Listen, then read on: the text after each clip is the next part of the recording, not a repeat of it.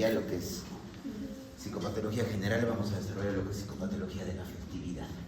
Ya entendiendo que la vida afectiva es un componente igualmente complejo, con múltiples características, y lo que ustedes tienen que recordar en la parte afectiva es que nosotros valoramos dos cosas en la afectividad: el estado de ánimo, que viene a ser la declaración subjetiva de cómo está la vida afectiva del individuo, es decir, lo subjetivo, y el afecto viene a ser lo que yo puedo observar. Recuerden eso, ¿ya? Esas son dos cosas importantes. Entonces, antes de conocer lo anormal, tenemos que conocer lo normal, ¿sí? Entonces, primeramente, ¿qué es la afectividad? La afectividad es una función, como les decía, es un término amplio que va a incluir, ¿no es cierto?, emociones, sentimientos, el propio estado de ánimo, el afecto, y el afecto a través de ¿qué? Uno, la expresión verbal. Recuerden, ¿no es cierto?, que al momento de que uno habla o empieza a entonar un lenguaje, tiene una prosodia o tiene una inflexión a nivel de sus palabras. Cuando yo estoy triste, puedo, por ejemplo, hablar con un tono más bajo. Y cuando probablemente yo tengo un afecto aplanado, muy propio, por ejemplo, de pacientes con un cuadro psicótico crónico, el lenguaje se vuelve monótono. Recuerden, por ejemplo, que si ustedes han visto en semiología un paciente con Parkinson, ¿cómo es su lenguaje? No tiene ninguna inflexión, es monótono, ¿no es cierto? Y la expresión no verbal, que tiene que ver con los movimientos y la mímica facial, ¿correcto? Cada vez que nosotros experimentamos una emoción que es, digamos, transitoria, tenemos una mímica facial. Y hay un sustrato neurobiológico para esta afectividad, ¿correcto? Y la afectividad también se expresa a través del lenguaje, a través de la parte cognitiva, es decir, los pensamientos, las ideas que yo puedo tener, y a través de mi conducta, ¿correcto? Y tienen características, es decir, este conjunto de estados y tendencias que nosotros como personas vivimos, va a tener características, se experimentan de forma propia e inmediata. Esa es la característica de la subjetividad. La emoción que yo experimento o los sentimientos que yo experimento son propios, son míos, ¿no es cierto?, y de manera inmediata. Si en estos momentos sucede un terremoto, ¿qué va a pasar? Cada uno va a tener un nivel de miedo muy diferente a cada uno de nosotros acá en la clase. Subjetividad, luego, ya que influyen en toda su personalidad y conducta, es decir, tiene trascendencia. El afecto va a influir en cómo yo me interrelaciono con las demás personas y cómo también me comporto. Y finalmente tiene una comunicatividad, especialmente a través de ¿qué? De la expresión, tanto verbal como no verbal. Y se experimentan en sentimientos o en emociones de polaridad. Recuerden, alegría, tristeza, ¿no es cierto? Ira, calma. Pues por lo general se distribuyen en términos duales. Recuerden estas tres características: subjetividad, trascendencia, comunicatividad y polaridad de la afectividad, ¿sí? Entonces, ahora vamos a ver lo que son estos términos que al inicio marcamos, ¿no? ¿Qué es emoción? ¿Qué es sentimiento? ¿Qué es pasión? Finalmente, ¿qué es estado de ánimo? Y finalmente, ¿qué es afecto?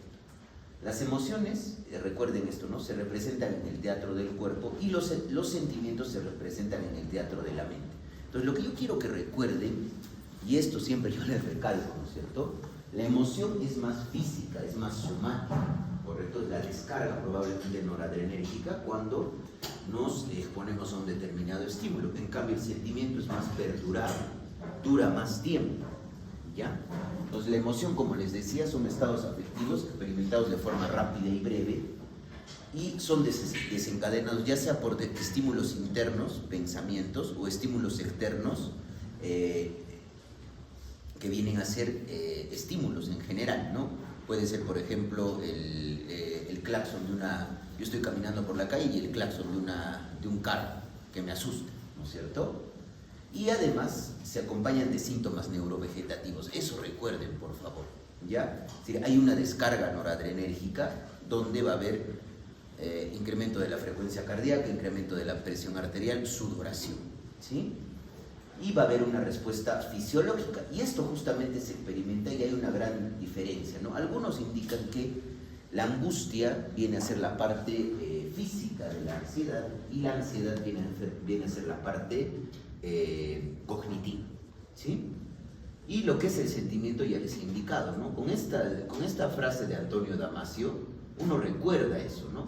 Entonces, la experiencia objetiva de la emoción es la propia emoción, y la experiencia subjetiva de la emoción viene a ser el sentimiento. Son más duraderos, menos intensos, mucho más estables que las propias emociones, y se instauran de manera paulatina. Por ejemplo, el amor, la culpa, cuando uno experimenta culpa por no haber estudiado, por ejemplo, experimenta esa culpa durante largo tiempo. Pero la ansiedad o el miedo frente a un estímulo, frente a un examen, es corto, porque desaparece el examen, o termina el examen y termina el miedo, ¿no es cierto? ¿Se dan cuenta? ¿Y qué es una pasión? Este término ya se ha dejado muchas veces de lado, pero corresponde a un elemento que tiene la intensidad de las emociones y la duración de los sentimientos.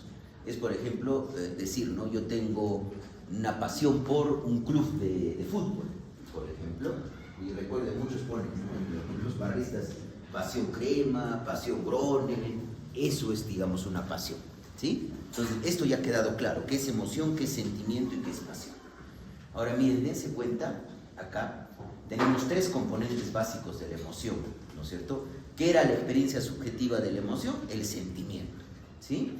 Luego tenemos una activación fisiológica que ya les he indicado, la activación noradrenérgica, y una respuesta expresiva a través de la conducta, que es el comportamiento. Entonces hay una activación fisiológica, se activa el sistema nervioso central a través del sistema nervioso autonómico, ¿no es cierto? El simpático y el parasimpático hacen un juego ahí para que se incremente la frecuencia cardíaca, la presión arterial y la sudoración. Va a haber una conducta expresiva que la mayoría de veces, cuando nos enfrentamos a un estímulo, tiene que ver con aproximación hacia el estímulo o evitar ese estímulo. Y la experiencia subjetiva, que es el sentimiento, que se da una etiqueta verbal para poder identificar o darle un nombre a esa determinada emoción. Y en general el sentimiento son percepciones interactivas de lo que ocurre en cada momento, pero con un nivel de conciencia adecuado.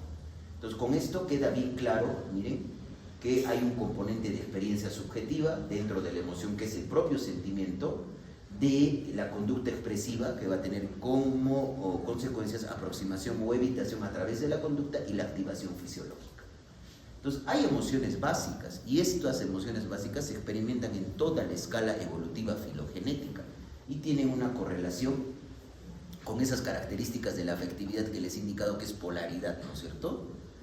Entonces, van en una polaridad: ira, aversión, miedo, alegría, tristeza y sorpresa. Y estas emociones, chicos, están correlacionadas con activaciones en determinadas áreas cerebrales, ¿correcto? Estas son las emociones básicas: ira, aversión, miedo, alegría, tristeza y sorpresa. ¿Ya? Son emociones básicas. ¿Y cuáles son las funciones de las emociones? Primeramente, adaptarnos a un determinado ambiente. Resolvemos un gran problema, es decir, la supervivencia física del individuo. Si yo me encuentro en un bosque frente a un oso y el oso me quiere atacar, yo no me voy a poner a pelearme con el oso, ¿no es cierto? Porque probablemente el oso me va a matar. Entonces, ¿yo qué hago? Huyo, ¿no es cierto? Luego, defendernos, conectarnos con los demás y así como también disfrutar la vida.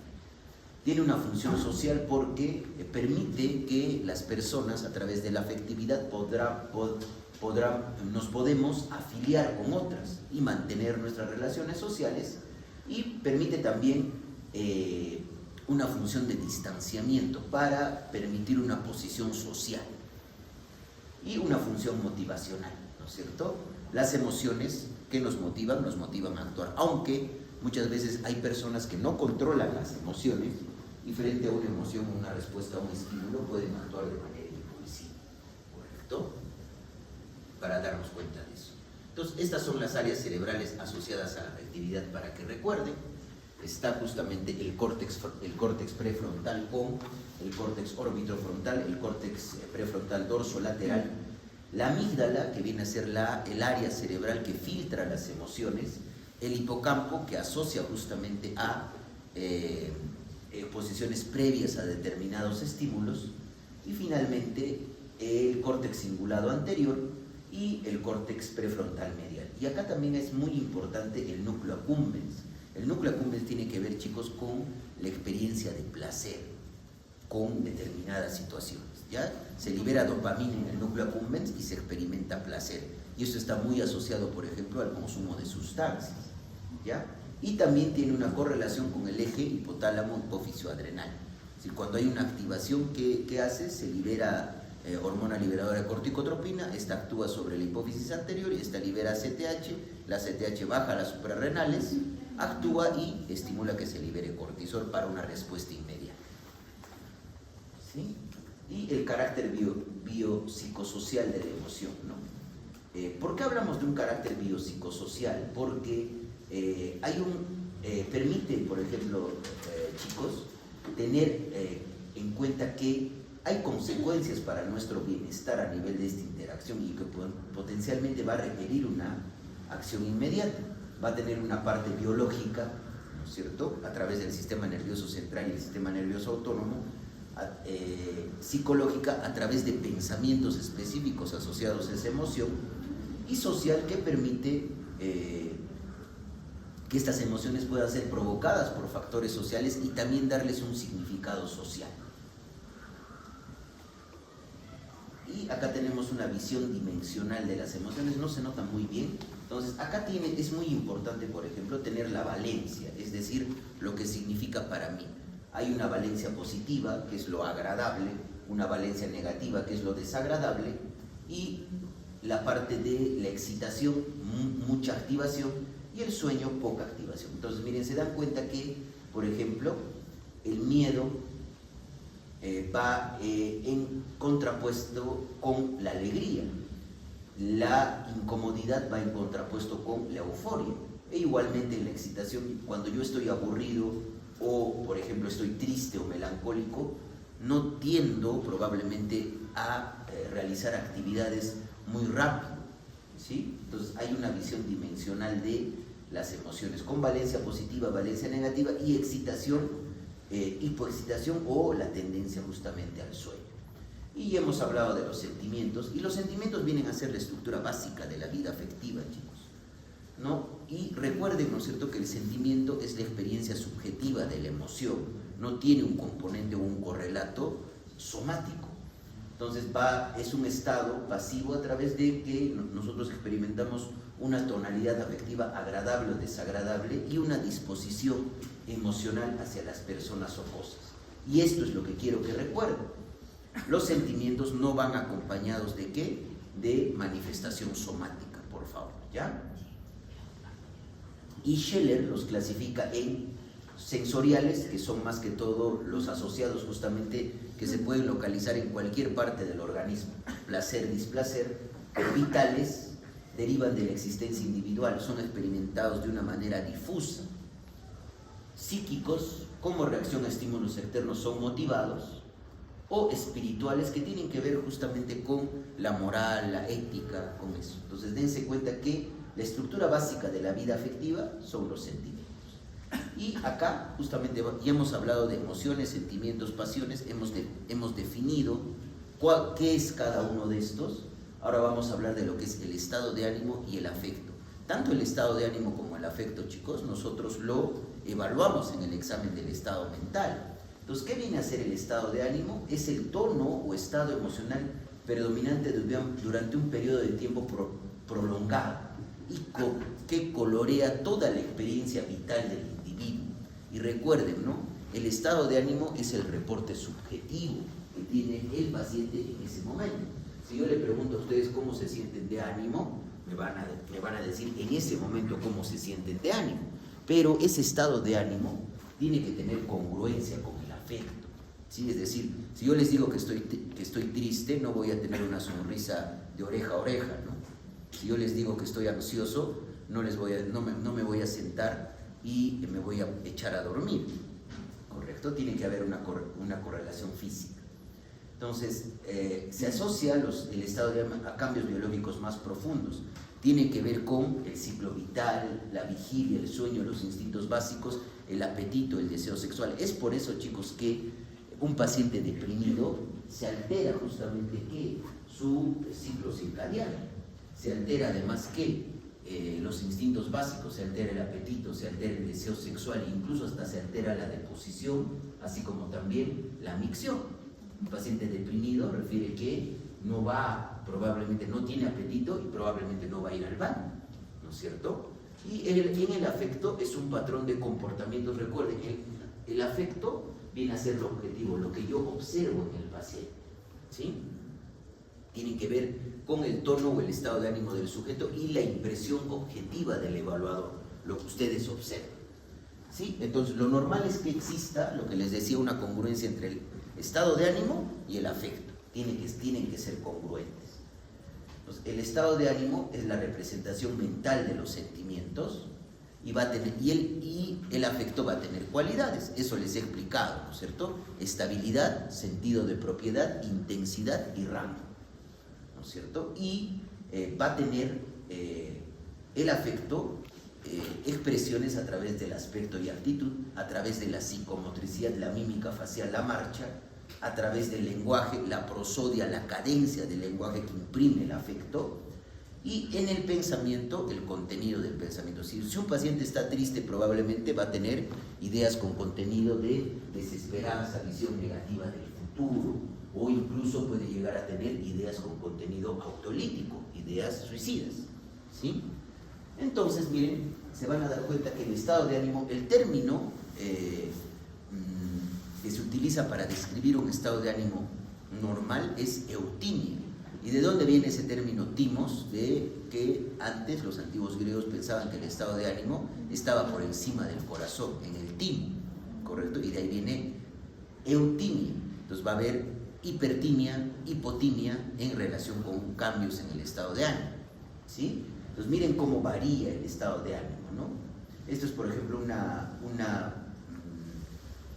un esquemita de un paciente que experimenta una infección pulmonar, una neumonía, y miren cómo el estado de ánimo de leutimia va probablemente a un estado de ánimo mood del inglés, ¿no? Va a un estado de ánimo más bajo. O puede ir hacia arriba, la euforia, la elación en el punto máximo, o hacia abajo con la depresión o la tristeza patológica. Entonces, emoción versus estado de ánimo, miren, dense cuenta, el estado de ánimo tiene una instauración lenta, es persistente, se acompaña de conductas instintivas, lo que les he dicho, ¿no? Apetito, alteración del ciclo del sueño, en los ritmos biológicos, es generalizado, por lo general inunda casi todos los componentes de la vida de la persona, y no necesariamente en el estado de ánimo existe un estímulo desencadenante. En cambio, en la emoción sí, es de instauración brusca, es una respuesta transitoria, se acompaña de reacciones del sistema nervioso vegetativo y es limitada. Recuerden, ¿no es cierto? Me enfrento a un examen, tengo miedo, termina el examen, ya no tengo miedo, pero después en el sentimiento o con el estado de ánimo tengo culpa porque no he estudiado, ¿no es cierto? Y acá esto es lo que yo quiero que recuerden, por favor, y esto yo les pregunto en el examen: cualidades del afecto. Recuerden, ¿no es cierto? Estabilidad, sentido de propiedad, rango e intensidad del afecto. Entonces el afecto va a ir desde un afecto estable, que es lo normal, hasta un afecto inestable, ¿no es cierto? Que viene a ser un afecto lábil, donde el paciente rápidamente se pone a llorar. El sentido de propiedad, esa congruencia que tiene que existir entre el estado de ánimo y el afecto, que normalmente tiene que ser congruente. El rango, ¿no es cierto?, es como si fuera una dimensión en ese afecto, ¿no? Desde un afecto encogido propio del paciente deprimido hasta un afecto plano donde hay escasa respuesta frente a los estímulos. El paciente ni siquiera se inmuta frente a algo. Yo le puedo mostrar un gato muerto y no se inmuta, ¿sí? Y finalmente la intensidad. No puede haber un afecto muy intenso hasta un afecto plano o un afecto prácticamente embotado, donde hay nula respuesta. Y recuerden, el afecto es lo que nosotros observamos. Entonces, ¿cómo valoramos el estado de ánimo? Entonces, normalmente le tenemos que no le voy a preguntar al paciente, bueno, ¿cómo está tu estado de ánimo? ¿No? ¿Cómo te has estado sintiendo en los últimos días? Y el paciente me dice, no muy bien. No muy bien, ¿podrías darle algún nombre a ese sentimiento? Solo de veras mal. Me refiero a alguna palabra emocional como triste, nervioso, enojado. Triste, supongo. Entonces, siempre es muy importante, chicos, en la evaluación del estado de ánimo, y algunos de mis alumnos que están acá conmigo, cuando yo evalúo, yo les pregunto, ¿no? Últimamente, ¿cómo te has estado sintiendo? ¿Cómo ha estado tu estado de ánimo? Y el paciente no me define de manera específica, entonces ahí yo le tengo que decir, ¿podrías definirme con una palabra emocional cómo te sientes? De repente te sientes triste, ansioso, preocupado, y el paciente lo define, ¿sí? Y acá, por ejemplo, ¿cómo te has estado sintiendo últimamente? Agitando la cabeza con una mirada penetrante por completo en sube y baja. Háblame primero de los bajones. Cuando dices baja, ¿estás hablando de tristeza o depresión o de otra cosa? En serio, deprimido. ¿Te sientes deprimido todos los días? A veces sí me siento feliz. También quiero que hablemos sobre los momentos de felicidad, pero más tarde. Enfoquémonos ahora en los momentos bajos. ¿Tienes episodios de depresión casi todos los días? Sí. ¿Estos periodos depresivos afectan tu concentración? Entonces, dense cuenta, chicos, que así como hemos visto que la parte de el pensamiento puede contaminar las otras funciones psíquicas, el afecto también contamina las otras funciones psíquicas, y ahí hablamos de catatimia, de síntomas. Recuerden, por favor, ese término, ¿sí? Y también va a afectar probablemente, cuando uno está deprimido, piensa rápido, ¿no? Cuando uno está deprimido se puede concentrar, ¿no? Cuando uno está triste se puede concentrar, no. Cuando uno está ansioso a veces se puede concentrar o hay más ideas en mi cabeza, como ha pasado con el examen ayer, ¿no es cierto? Entonces, ¿cómo valoramos el estado de ánimo? Acá le estamos preguntando al paciente sobre los momentos más tristes, ¿no? Es decir, sobre los momentos felices. ¿Qué quieres decir con sube, ¿no es cierto? ¿Qué se siente de maravilla, como si estuviera en la cima del mundo? Muy bien, ¿te sientes así de bien casi todos los días? No todos los días, pero a veces sí. En las últimas 2 semanas, ¿cuántos días dirías que te has sentido así de bien? Un par de veces. Mis padres me regalaron un automóvil por mi graduación. Estaba muy feliz. ¿Quién no se va a sentir feliz si alguien me regala un automóvil, ¿no es cierto? Un par de días. Y después, ¿cómo se ha ido sintiendo? Se ha seguido sintiendo el paciente triste. Triste como siempre. Entonces, ahora que ya conocemos lo normal, vamos a entender lo anormal. Entonces, va a haber alteraciones y cómo identificamos la afectividad alterada. Vamos a hablar de afectividad patológica. Es decir, el paciente experimenta esto y va a causar sufrimiento y perturbación al individuo y a su entorno. Imagínense una madre que esté deprimida. El padre de ese niño, ¿no es cierto?, que acaba de nacer, ¿cómo se sentirá cuando la madre no le da los cuidados adecuados porque se siente triste? Se va a preocupar, ¿no es cierto? Y el médico, ¿qué evalúa? ¿Qué va a preguntar? Primeramente, si la persona está sufriendo o si la emoción, el estado de ánimo, el afecto es inapropiado en un entorno social concreto o una situación determinada. ¿Correcto? Recuerden esto. Preguntar si la persona está sufriendo, está experimentando incomodidad al experimentar una determinada emoción o estado de ánimo, y lo otro es si esa emoción, si ese estado de ánimo y si ese afecto es inapropiado a un determinado entorno concreto o una situación determinada. ¿Sí? Ya. Entonces vamos a hablar primeramente, chicos, de las alteraciones en las emociones básicas. Vamos a hablar de ansiedad, angustia patológica, que es lo más frecuente, ansiedad secundaria, ansiedad estado rasgo, ansiedad situacional específica, y alteraciones del estado de ánimo, la alegría patológica, la tristeza patológica, la disforia y las alteraciones del afecto y la expresividad emocional. El afecto inapropiado, que también se le conoce con este nombre de paratimia, ¿no es cierto? Que para significa al lado de, ¿no es cierto? Paratimia, aplanamiento o embotamiento afectivo, las atimias, la apatía, la abulia, la anedonia, la asedia, la prosodia y la amimia, así como también la astenia o fatiga y la frialdad afectiva. y otras alteraciones del afecto. Entonces vamos a ir desarrollando esto, alteraciones en las emociones básicas, en el estado de ánimo, en el afecto y la expresividad emocional, y lo que tenemos que ver con otras alteraciones del afecto, ambivalencia afectiva, la habilidad de incontinencia afectiva y una cosa muy importante que tienen que recordar, que es la alexitimia, ¿ya? Entonces, acá vamos a hablar de las alteraciones de las emociones básicas en la intensidad, es decir, la descripción subjetiva de los cambios sufridos o experimentados por la emoción tiende a ser negativa. La emoción más estudiada en esta parte es la ansiedad, porque va a haber una ansiedad, una angustia patológica, porque hay una ansiedad normal, chicos, ¿no?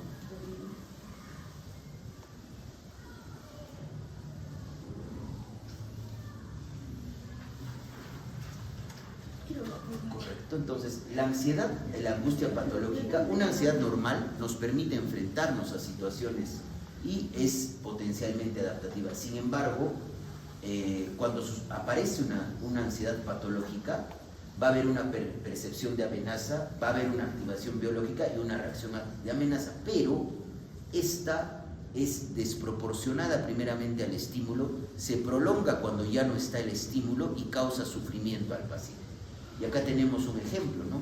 Un paciente manifiesta estar ansioso casi todo el día, no puedo estar tranquilo, tengo los nervios de punta, si no es mi salud, son las de mi hijo, si llegaré a fin de mes, si habré olvidado algo, en las noches no puedo conciliar el sueño y siento fatiga en la mañana y por momentos siento sudoración y que el corazón se saldrá de mi pecho. Entonces, esa es la diferencia, ¿no es cierto? La ansiedad tiene como les decía, tiene un componente más que todo psíquico, la ansiedad. Y la angustia es el componente somático, ¿sí? Para que recuerden. Y miren, por ejemplo, las alteraciones a nivel somático o autonómico que puede haber en la angustia patológica. Palpitaciones, dificultad para respirar, boca seca, náuseas, alteración justamente en la frecuencia de la micción, mareos, tensión muscular, sudoración,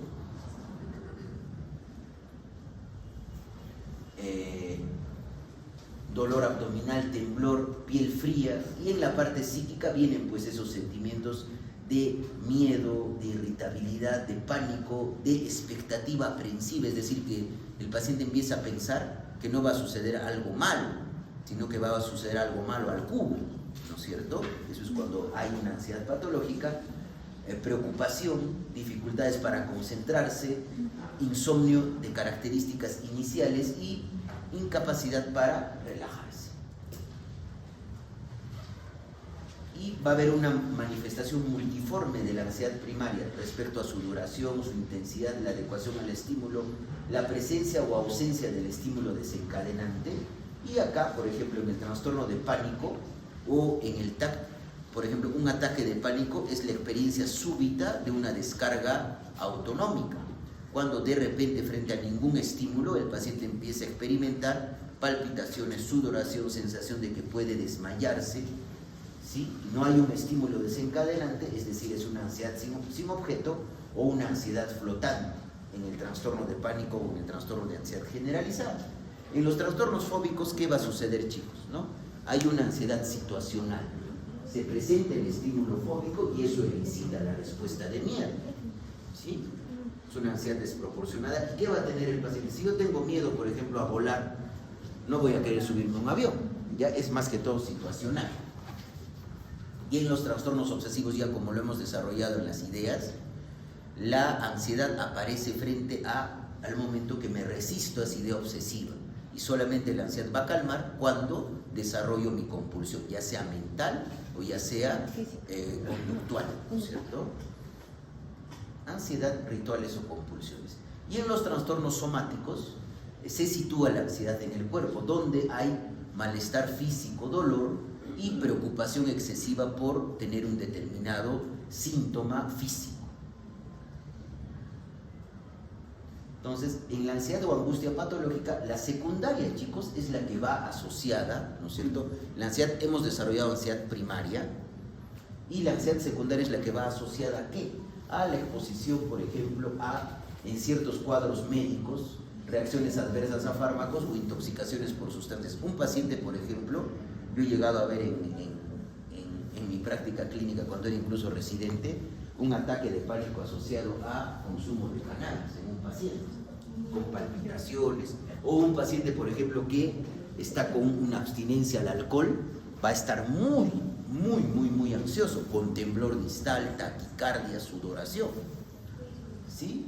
Y esta ansiedad o angustia patológica como estado rasgo, recuerden también que esto es muy importante. Estado, el paciente se siente ansioso por un punto, por algo, ¿ya? Desaparece ese estímulo y ya no se siente ansioso. Y la ansiedad rasgo es más asociado a la personalidad, es decir, el paciente o la persona tiende a responder de manera ansiosa casi a la mayoría de los estímulos que presenta, ¿sí? Y al final hablamos de una ansiedad situacional o generalizada. La situacional tiene que aparece frente a un estímulo concreto, y esto es secundario justamente a las fobias. Y la generalizada es la que está asociada a esa ansiedad flotante, es decir, todo el día está el paciente preocupado, y es lo característico justamente en el trastorno de ansiedad generalizada, es el paciente preocupón, que se preocupa incluso por estar preocupado, ¿ya? ¿Quién se ha diagnosticado? No, broma. Ya, y miren, este cuadrito nos permite identificar eso, ¿no? Ansiedad de estado, me siento ansioso en este momento. Ansiedad rasgo, me siento ansioso todo el tiempo. Ahora, normal, no estoy ansioso por una causa determinada, el examen, por ejemplo, ¿sí? Pero es patológica cuando me siento ansioso sin ninguna causa. Y estado rasgo que ya les expliqué, y el componente psicológico, ¿no? Los pensamientos o las cogniciones que van asociadas a la ansiedad, y el componente somático, tengo palpitaciones, mis manos tiemblan, tengo dificultad para respirar. Y en el estado de ánimo, como les he dicho, ¿no? El estado de ánimo se puede alterar dando una sintomatología que abarca en esa polaridad, desde la parte más alta positiva hasta la parte más baja negativa. Es decir, desde una exaltación del estado de ánimo, la alegría patológica, hasta una tristeza patológica o hipotimia. La alegría patológica se caracteriza por euforia, ¿correcto? Y en el extremo de polaridad negativa, donde hay falta de afectos, así como también de su expresión, que es una atimia. Y acá, miren, ¿se dan cuenta? Normalmente esto va en un continuo. Esto es lo normal, la eutimia. Puede haber hipertimia para este lado, asociada a alegría patológica, hipotimia con tristeza patológica, y la atimia, donde hay falta de sentimientos, donde hay apatía, donde hay abulia, donde hay anedonia. Es un continuum en el estado de ánimo. Ahora, ¿qué es la alegría patológica? Es un sentimiento donde el paciente se siente que está justamente en la cima del mundo. Hay un optimismo exagerado, excesiva energía, aumento de la capacidad para poder realizar cosas, de la autoestima, y se va asociado a su respuesta o que contamina la psicomotricidad con hiperactividad psicomotriz. Si la euforia más a la aceleración del curso del pensamiento más la hiperactividad psicomotriz. Miren, por ejemplo, una mujer de 69 años fue llevada al hospital inmovilizada por la policía. Ella había entrado en un restaurante, amenazó a los clientes y exigió $500,000 del propietario. Al admitirle estaba animada, hiperactiva, vestía con una ropa muy brillante y teatral. Su expresión emocional era intensa y lábil, estaba eufórica e irritable, con arrebatos de ira que requerían reclusión. Su discurso fue rápido, con presión del habla y tangencial. Ella hablaba constantemente que varias voces alucinatorias le provocaron a hablar por sus derechos y reclamar sus miles de millones. Ella describió las voces como claras, continuas y viniendo de dos personas por encima de ella. Ella creía que era la mujer más rica del mundo y que había un complot para hacerle daño. Claramente esto es un síndrome maníaco, ¿no es cierto? Y esta paciente en alteración del pensamiento que tiene. A ver, lo que hemos estudiado no es control, al suprimir, ¿no es cierto?, de la memoria. No, pues va a tener ideas obsesivas. Tampoco. Si hay presión del habla, fuga de ideas. Se dan cuenta, de ahí todo se va, y al final, al último en el examen, van a poder diagnosticarme síndromes asociados características. No es difícil, chicos. Difícil, recontra difícil. No, No. Las alternativas. Miren, este estado de ánimo es egosintónico, es decir, el paciente se siente bien estando eufórico, ¿sí? Además, la alegría resulta contagiosa para el evaluador. Yo me contagio de esa alegría. Y existe desinhibición, indiscreción, implicación justamente en situaciones de riesgo. Eso es lo característico de la alegría patológica, que en un extremo llega a la euforia, incluso hasta la elación, es decir, un sentimiento de éxtasis, ¿ya? Luego pasamos a la tristeza patológica, donde afloran sentimientos de pesimismo, desesperación, desaliento y desesperanza. Es cualitativamente distinta a la tristeza normal, y el paciente muchas veces lo asemeja a un dolor físico. Yo siento la tristeza dentro del pecho, refiere el paciente, ¿no? En mi mente sentí una sensación muy semejante, pero a la vez indescriptiblemente diferente a la del dolor real. ¿Sí? Entonces, la tristeza patológica es preferible, chicos, identificarla como melancolía. ¿Y de dónde vienen melanos? De necro. ¿Y viene justamente de qué? De la teoría de los humores básicos de Hipócrates, ¿no es cierto? Entonces, evoca de mejor manera los componentes más oscuros del estado de ánimo, ya que el estado de ánimo contamina el funcionar psíquico, impregna la vida del individuo y lo mantiene alejado de todos y de todo, y de todo y de todos. Entonces, hay también depresiones enmascaradas, donde predomina más que todo la patología somática, dolor físico, y el paciente no expresa su estado de ánimo y me dice, ¿no es cierto?, estoy triste. ¿Correcto? Y acá, miren, esto es la tristeza normal y esta es la tristeza patológica. El rendimiento de la tristeza patológica va a estar afectado significativamente. No va a haber reactividad de estímulos externos. La atribución no se le da una atribución determinada. La duración es desproporcionada, la intensidad es desproporcionada y síntomas físicos están presentes. Frente a una tristeza normal que puedo tener a dar mi examen de psicopatología mal, ¿no es cierto? Ay, Dios. Y eso pasa. Que no se repita. Y tenemos la disforia, que es un malestar afectivo general y difuso. Y es clásico, ahora que hay más chicas en el aula, cuando una mujer está días previos a su ciclo menstrual o está con su ciclo menstrual, experimenta un estado de ánimo entre ansiedad, irritabilidad, enojo, tristeza, pero que no puede describir de una manera adecuada. Y eso es justamente disforia. ¿Y de dónde viene el término disfórico? Fuera de lugar, ¿ya? Entonces hay depresión, hay ansiedad, irritabilidad, pesimismo, ira incluso, ¿no? Con polaridad negativa y displacentera. Es un síntoma ubicuo que está presente en varios cuadros y se puede presentar, por ejemplo, en el trastorno depresivo mayor, en la distimia, en la dependencia a sustancias psicoactivas o en los trastornos de personalidad. Y alteraciones del afecto, pasamos ahora a alteraciones del afecto y de la expresividad emocional. El afecto inapropiado va a tener una correlación, es decir, el estado de ánimo tiene, yo digo por ejemplo que me siento triste y me pongo a reír a carcajadas. Eso es un afecto inapropiado, donde hay una discordancia afectiva o una inadecuación afectiva. Se expresa un afecto que no es congruente con la situación experimentada ni en el contexto en el que se produce. Entonces va a tener el tono emocional no tiene una congruencia con el componente ideativo ni con la conducta.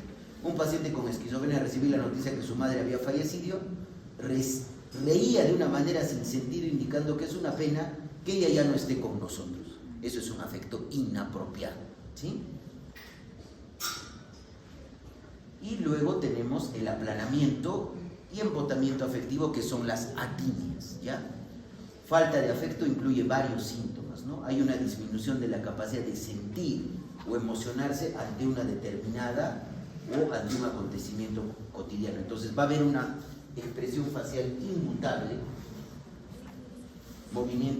disminución de los movimientos espontáneos, disminución de la expresión mímica, disminución del contacto visual y disminución de la inflexión vocal. Y en el aplanamiento afectivo hay una limitación del rango en las expresiones, ¿ya? Entonces va a haber, y en el embotamiento afectivo, que hay falta de sensibilidad emocional. Y acá les pongo un ejemplo. Un paciente con esquizofrenia es indiferente hacia los miembros de la familia y otras personas cercanas, experimenta poco o ningún placer, dolor, alegría, satisfacción o decepción, no tiene sentimientos ni simpatía y es indiferente a sus circunstancias. Cuando se le preguntó si una estadía prolongada en el hospital interferiría con sus planes, comúnmente responde: bueno, tal vez. Y también se le preguntó: ¿qué haría si ganara la lotería? Su respuesta se limitó a poner el dinero en el banco. Entonces, ¿se dan cuenta? Las diferencias. Aplanamiento tiene que ver con una limitación del rango de expresión, tanto en la expresión facial y corporal, y el embotamiento, el paciente no tiene una respuesta o hay una falta de sensibilidad emocional. Creo que estamos sobre la hora, ¿no? Sí. Y entonces, chicos, nos falta 12 personas. Ay, nada. Eso es harto, pues, doctor. No, virtual no, por favor. No. ¿Por qué se estresan? Yo virtual. Es que turno, doctor. Y yo le pregunto que sea doctor. Pero yo no creo que en el examen haya sacado 0.